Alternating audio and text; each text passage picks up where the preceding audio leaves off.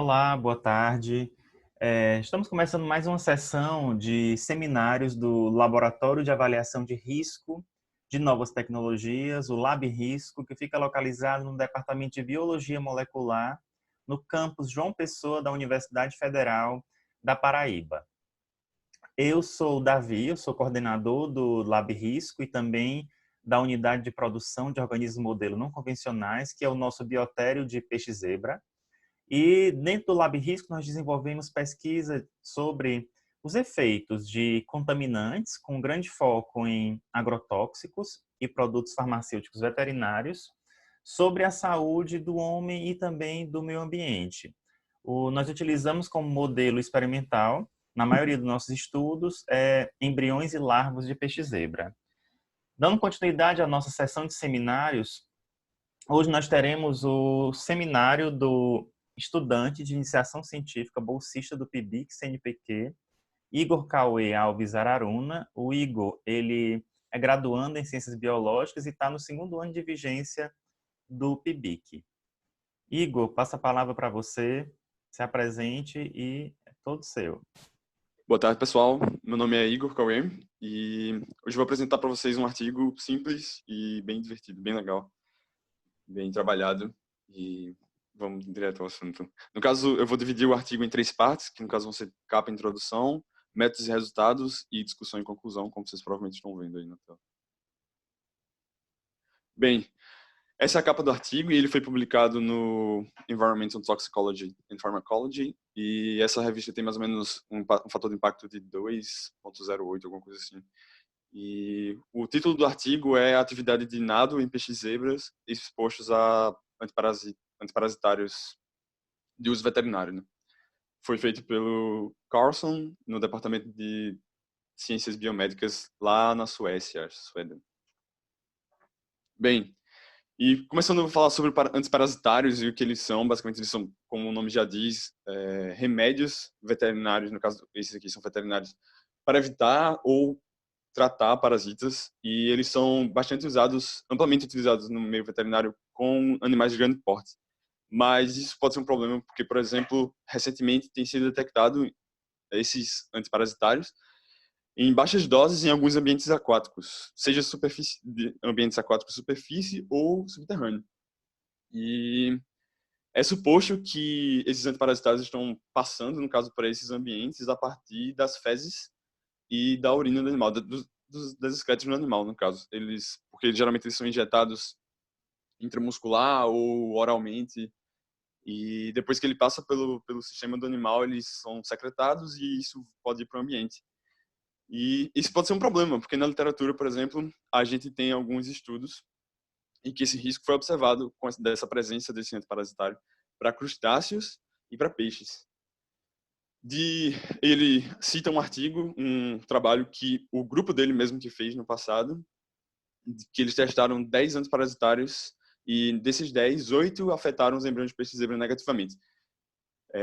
Dentre esses efeitos, eles detectaram uma CL50 menor que 10 mg por litro para os 8 antiparasitários e mostraram outros efeitos, além de mortalidade, no caso, que eu coloquei como efeito também. Tem outros efeitos como tremores, ele falou tremor, que são espasmos musculares. Edemas, eu coloquei até um exemplo no lado direito aqui, como edema de pericárdio. A má formação da cabeça e da cauda. Side laying, que seria tipo tentei botar esse exemplo na esquerda, onde tem um peixe-zebra dobrado e meio tortinho, deitado, ele não era para estar assim normalmente, né? E atraso na eclosão, que é interessante até quando eu for mostrar depois para o nosso trabalho, né? E redução de movimentos, que nesse artigo anterior que ele fez foi bem basal, e agora ele quis justamente aumentar esse conhecimento sobre a redução de movimentos. Para isso, ele utilizou o peixe-zebra, que é um modelo para ecotoxicologia de 1960, mais ou menos, onde teve um grande estudo com o DNA screening. A importância dele cresce na literatura, ele é cada vez mais importante, dão cada vez mais credibilidade ao peixe-zebra. Ele é fácil de manejar. Os experimentos com peixe-zebra são de baixo custo e 70% do DNA do peixe-zebra é homólogo ao humano, o que é extremamente importante. A gente pode extrapolar várias coisas, vários resultados do peixe-zebra para resultados humanos. E ele é muito carismático, como vocês podem ver nessa foto do frontal da larva de 6 dias. E, por último, no caso da introdução, o objetivo do trabalho, que foi analisar os efeitos de diversos antiparasitários sobre a movimentação do peixe-zebra, dos embriões, no caso, em baixas doses, que não afetassem a morfologia. Ou seja, eles pegaram doses mais baixas para ver como isso afetava a movimentação deles. E, começando em relação aos métodos, eu vou falar em como eles selecionaram os antiparasitários. Dos 8 antiparasitários que eles tinham selecionado, que eles tinham feito a seleção no passado, eles escolheram 6. E desses 6, com 4, eles fizeram 3 doses diferentes. Eles fizeram a dose alta, média e baixa, né? A alta foi a SC50 que eles tinham encontrado no passado. A baixa foi 10 vezes menos a concentração que eles tinham no passado, da SC50, no caso que afetaria 50% dos indivíduos.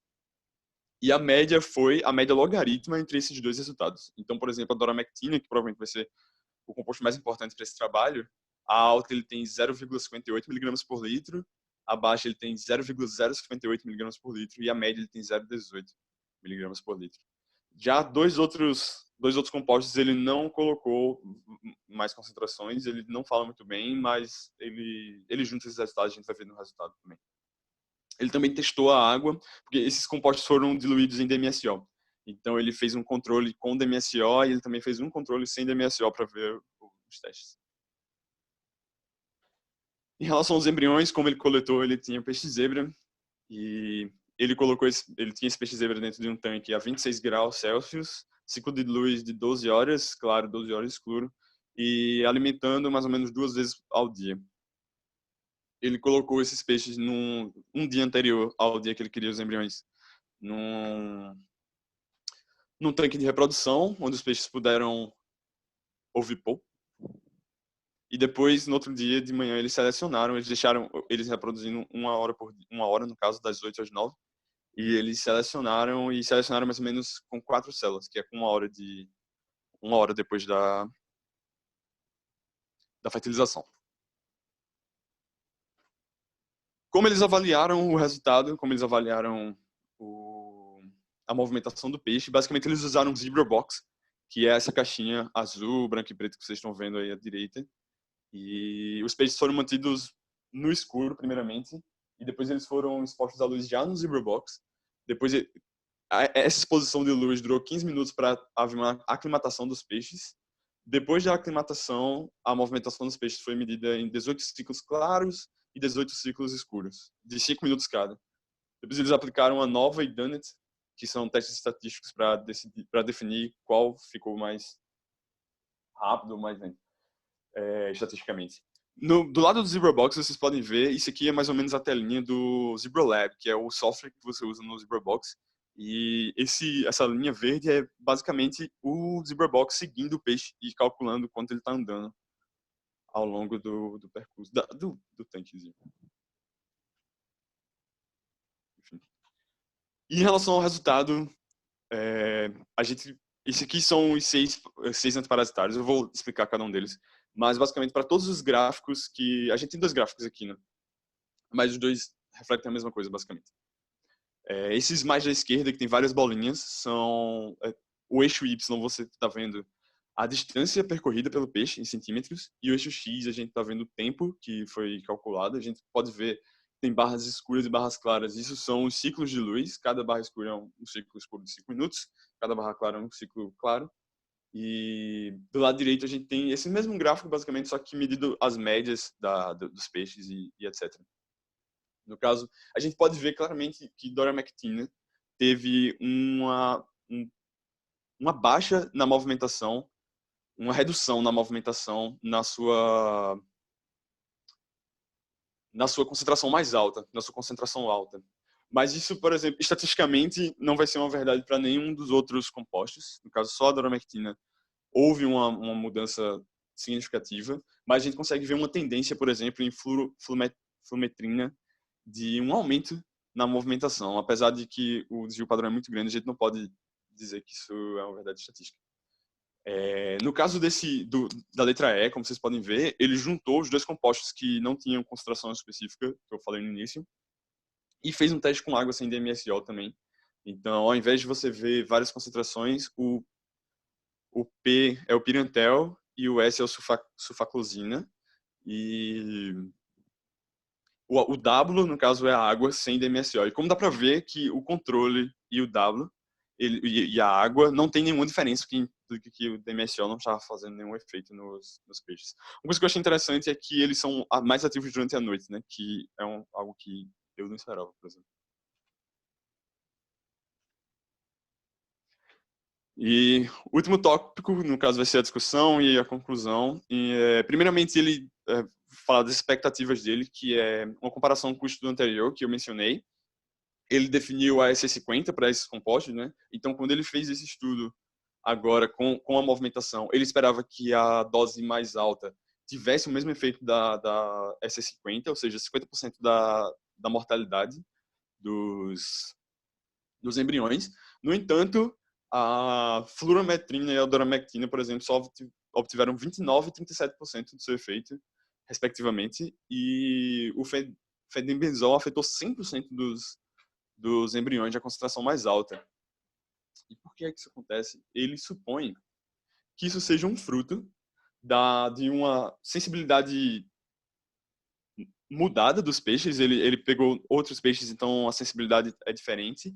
Isso, combinado com a baixa relação concentração e efeito dos compostos, tenha causado essas diferenças. Ou seja, essa relação de que talvez um pouquinho a mais pudesse matar todos os peixes, ou um pouquinho a menos deixasse todos os peixes vivos, combinado com a sensibilidade dos embriões, que pode estar diferente, né? Enfim, todas as outras concentrações tiveram efeitos esperados quando comparados com o controle, ele frisou isso. E em relação à movimentação, a única coisa que ele comenta é que a razão da movimentação do larva-peixe-zebra de ser diminuída com doramectina provavelmente se dá com a interação de fármacos com a interação com receptores GABAérgicos, receptores GABA que presentes em vertebrados. No caso da doramectina, ela atua se ligando ao canal de glutamato, que só é encontrado em vertebrados. Isso explica por que é usado como antiparasitário, uma vez que a maioria dos parasitas são invertebrados, e acho que todos. E no caso, isso pode ser ainda mais perigoso, por exemplo, para os crustáceos, como a gente viu no trabalho anterior, uma vez que eles também são invertebrados, eles provavelmente têm canais de glutamato também. Como conclusão, o artigo chega à conclusão que apenas doramectina diminuiu a movimentação em larva-peixe-zebra, os outros a gente não teve uma diminuição ou um aumento perceptível. E apesar de não entender o mecanismo, essas descobertas sobre a toxicidade e movimentação do embrião já é um avanço no entendimento das relações antiparasitárias com organismos não alvo, no caso. Já é um bom avanço no nosso entendimento de como os antiparasitários funcionam. Enfim, em relação ao artigo, era só isso. Ele só tem um resultado, é bem simples. Excelente, Igor. Muito bom. Uma didática excelente. O formato da apresentação também é de encher os olhos, né? Não tem como a gente... Eu espero que tenha ficado bem fluido para vocês, porque Demais. aqui ele Eu faz acho que não tem certinho. como a gente se encantar com a apresentação dessa e se envolver com essa parte todinha relacionada à escolha das cores, desde a fonte, as imagens. Tá muito bonito, muito didático, muito limpo também. Acho que é inquestionável. Eu queria agora abrir para as perguntas, gente. Eu acho que vale a pena, sim, a gente compartilhar com a audiência do nosso canal os nossos questionamentos, as nossas discussões, como foi feito no artigo do Rafael, no artigo anterior. Então, eu deixo aberto aí. Não é nem mais sobre perguntas, né? Mas era só mais para dizer que eu estava pensando exatamente isso que você acabou de falar, Davi. Eu estava olhando aqui a apresentação do Igor, estava assistindo, né?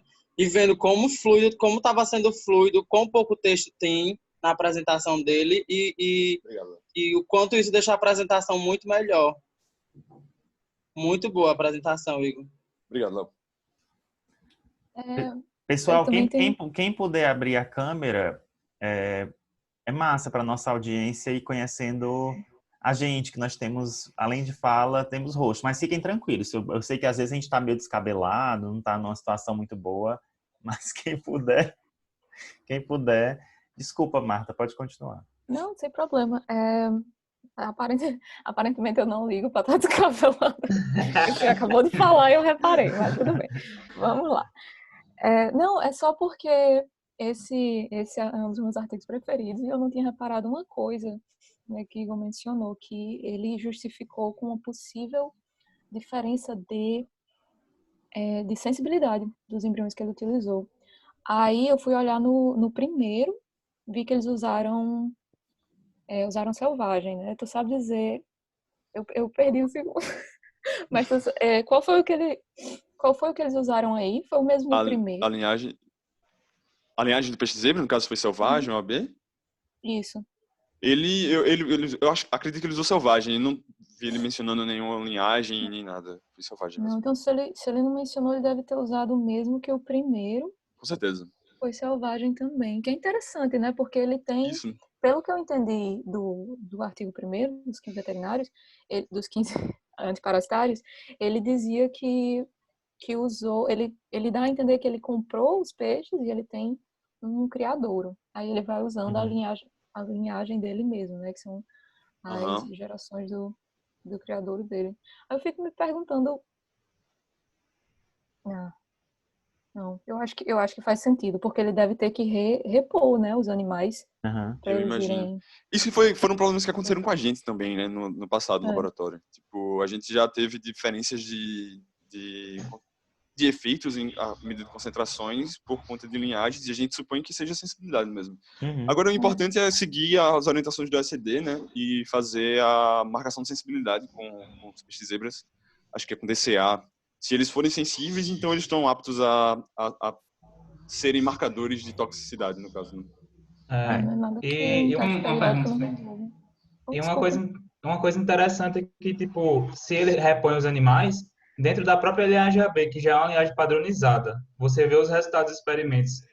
Para a mesma droga, tem uma CL50, uma que eu vi foi de 45 mg por litro e a outra de, sei lá, 5 mg por litro. Imagina um animal que ele está colocando de um criador que ele nem sabe onde é, entendeu? Então, provavelmente, isso altera muito a sensibilidade da linhagem. Sim, com certeza. Pois é. Posso prosseguir? Pode. O senhor vai falar? Eu tenho uma coisa para falar também, caso. Então vou continuar. Na tabela que você mostrou logo no início, pode voltar para ela. As doses que ele escolheu, esse é um comentário, na verdade, porque a gente tinha falado no seminário anterior da história de como como as relações evolutivas podem terminar afetando um determinado tipo de medicamento no meio ambiente. Eu achei que essa tabela ela dá uma visualização clara disso, sabe? Porque você vê como esses compostos tendem a ter LC50 muito baixas. Sim. Então, todos eles foram pelo menos os que ele conseguiu, né, fazer o low, medium e high, todos eles foram abaixo de 1 mg por litro, LC50. Só o toltrazuril, né, que foi 1,1. Mesmo assim, são muito acho que só os últimos dois que são 10 mg por litro, mas é porque eu acho que eles não encontraram LC50, né? Tipo, ele fala também que... Se não me engano, sulfaclosina é uma sulfonamida, então é um antibiótico. Então você vê realmente a diferença entre em geral, né, o que é que aparece de toxicidade entre antibióticos e antiparasitários. Porque, assim como a gente já comentou antes, o antiparasitário é direcionado para um eucarioto. Então, se o teste é um eucarioto, faz sentido que a toxicidade seja maior, né? E você comparar até mesmo com antibióticos, não só com antibióticos, mas também com, por exemplo, os pesticidas que são herbicidas, como é o 2,4-D, também tem uma toxicidade um pouquinho maior. Aí tu joga um antiparasitário lá e, a LC50 cai muito. Bem colocado, Marta. Né? Bem colocado. E é uma coisa que pode funcionar como um spot para a gente, uma luz, né, dentro das nossas pesquisas, né? Porque a gente percebe que a maioria dos herbicidas, eles não têm uma LC50 tão baixa, né? Os valores são altos e que muitas vezes se afastam da situação natural, né? Da situação que naturalmente ocorre, que não são concentrações tão altas. Então, uma discussão que tem sido feita na literatura é essa, né? A gente se afastar um pouquinho desses valores de LC50 muito altos, que normalmente herbicidas dão, para a gente talvez focar em concentrações mais baixas e ver um efeito a longo prazo, médio e longo prazo, que seriam efeitos mais crônicos ou subcrônicos. Já fazendo um contraponto com esses antiparasitários, como você bem comentou, o foco deles são organismos eucariotos, pode ser que a gente encontre realmente valores de LC50 bem mais baixos e que podem trazer uma maior relevância em termos de preocupação ambiental, certo? Eu acho que é um caminho bacana da gente seguir, continuar focando nesses produtos farmacêuticos, né? Especialmente os de uso veterinário, dada a quantidade que é utilizada, que é absurda. Acho que o Eduardo queria falar, né? Eduardo, isso. Sim, quando eu dei uma olhada no texto para ver algumas coisas que eu estava interessado, e aí quando apareceu aquela parte da SC50 que deu diferente para aquelas as duas drogas, eu fiquei meio encabulado com aquilo, eu fui dar uma olhada no primeiro texto, que foi o texto que acho que a Marta citou também, que ela deu uma olhada dos 15 antiparasitários, e aí é estranho porque no trabalho que eles fizeram em 2013, eles fizeram basicamente o mesmo teste, eles encontraram também um resultado muito parecido, que era sobre a movimentação exatamente dessas três drogas que ele estudou principalmente, que era a dormectina, a flumetrina e o totrazuril. E aí eu fiquei me perguntando o porquê da publicação exatamente desse artigo, se eles basicamente encontraram os mesmos resultados e basicamente o resultado só tem o trabalho, ele gira em torno de um único resultado e esses resultados, ele meio, como ele cita no próprio trabalho, são uma continuação, mas eu não vi necessariamente a necessidade dessa publicação. Talvez isso poderia ser uma parte da metodologia do outro trabalho, que é um trabalho assim bem mais robusto, mais bem feito, e talvez esse resultado poderia estar dentro do outro artigo, não de uma forma tão isolada e pequena. Não sei se... Com certeza. Ele fala que no outro artigo, aparentemente, ele mediu as larvas de movimentação em outro horário, foi mais cedo. Esse aqui foi com 144 horas, elas já estão mais velhinhas, elas já se movimentam bem mais. Aí essa, em relação a como o teste se deu, provavelmente essa foi a única diferença. Mas realmente, como você está dizendo, é um artigo de um resultado só e ele, dentro desse resultado, só tem uma droga que mostra a diferença e ele poderia ser realmente parte de um artigo mais robusto mesmo. Isso é muito comum em ciência. Isso é um fato Salam's muito, Lice, né? Eu aprendi isso no P1. isso é muito comum. Você normalmente quando tem um trabalho muito grande, as revistas até sugerem que você publique em duas partes, até que você vê artigo tal, parte 1 e parte 2. Ao que tudo indica, esse trabalho não deu para gerar duas partes, mas ele deve ter ficado muito grande também, se esse resultado tivesse entrado lá. Aí ele deve ter tido a oportunidade de publicar isso como uma short communication e tentou e deu certo, né? Às vezes o cara é até convidado, né, o autor, quando ele é um nome importante naquela área. Mas isso é muito Né? comum. Isso é muito comum. Isso também, né, professor? Porque o artigo anterior, ele testava 15. Por que você quer dizer isso? Ele testava 15 antiparasitários ao mesmo tempo. Então, já era um artigo enorme. Uhum. E mesmo assim, eu ainda vejo o valor dessa segunda publicação, porque eles deram um zoom em um efeito que eles observaram lá, que foi as diferenças de movimentação, que na verdade eles investigaram de uma forma muito mais superficial no outro, porque no outro eles só fizeram o seguinte: teve diferença na movimentação em 24 horas ou não, só isso. Quando eles passaram para esse artigo, eles puseram os animais no Zebra Box e aí traquearam a movimentação total e adicionaram o efeito dos ciclos claro e escuro. Então, eles deram uma investigação muito mais Uhum. detalhada, muito mais profunda de um efeito que eles tinham visto no outro.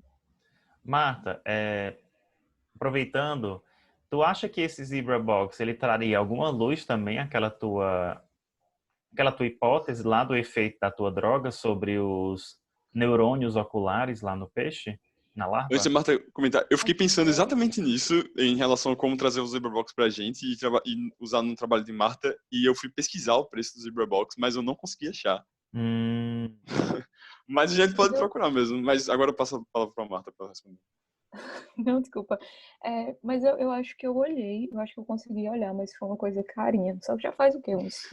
Um ano. O Imagino. negócio, eu queria ter conseguido fazer aqui, sabe? Porque eu sei que aqui eles têm esse sistema de ah, traqueamento. E eu acho que sim.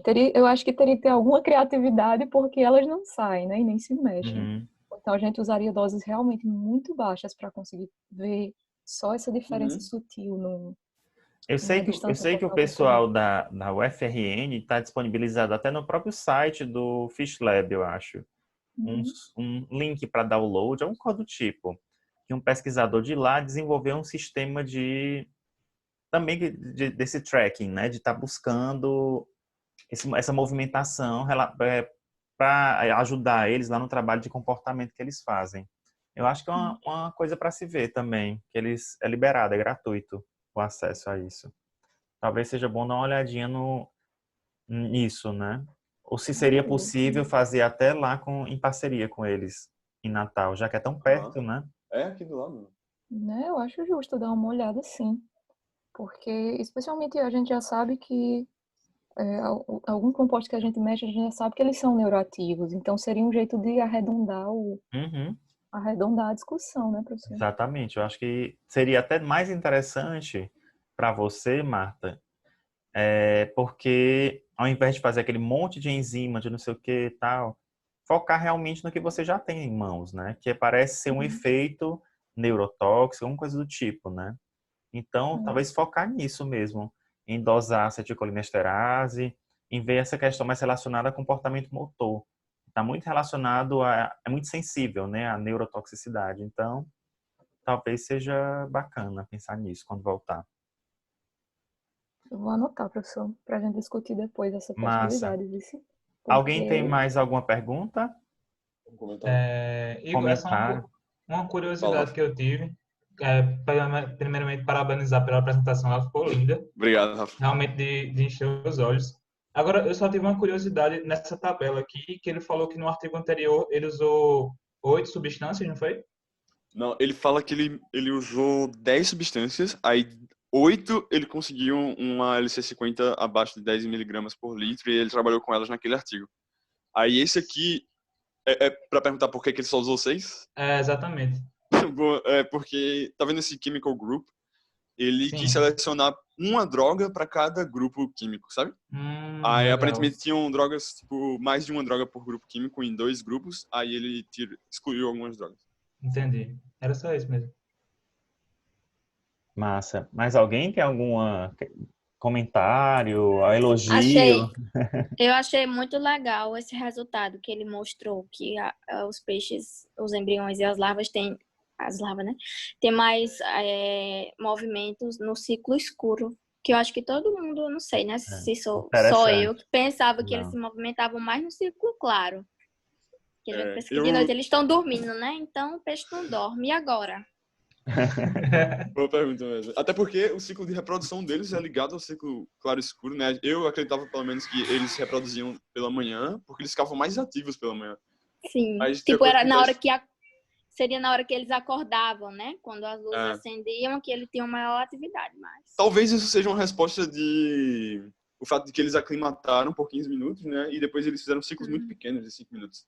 Talvez seja só um desespero dos peixes, porque a luz acabou do nada, e aí eles ficam um pouco mais ativos. Mas eu também não sabia que eles ficavam ativos durante o escuro. Legal, achei massa.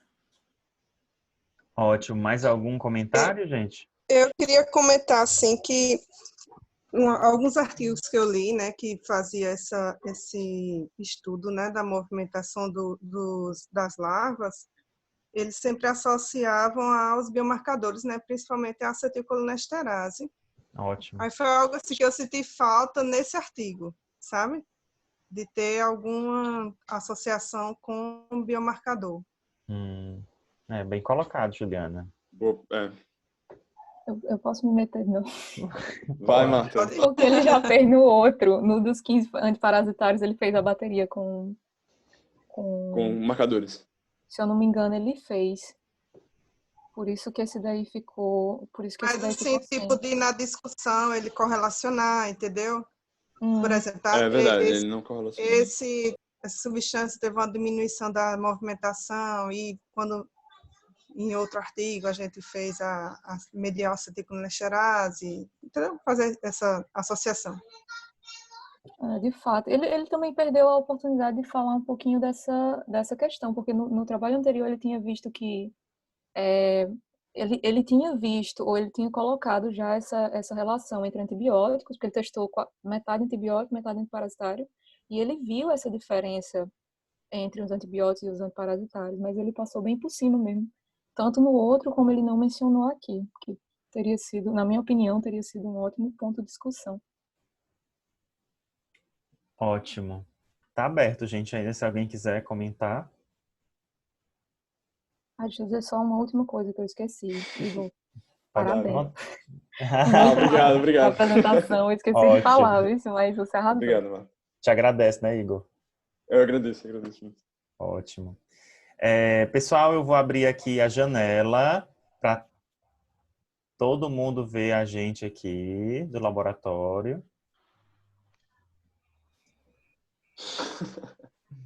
Pronto, abri. Quem liberou a câmera está aparecendo. Para a gente encerrar, né? Agradecer a você que assistiu esse vídeo até aqui. Que aguenta. Seja bem-vindo. A apresentação do Igor. A apresentação do Igor foi linda, aguentou aí todos os nossos comentários, mas vocês percebem que o grupo aqui é preparado, né? Então, a gente pede que vocês assistam os vídeos anteriores que estão no canal. Nós temos várias playlists dentro do canal e que vocês também, se quiserem, óbvio, sigam a gente no Instagram, @labrisco_. Sempre a gente está postando lá novidades do que a gente anda fazendo e do que a gente vai fazer, se tudo der certo. Pois, tchau e até a próxima. Um tchauzinho aí, galera. Tchau, galera. Tchau, tchau.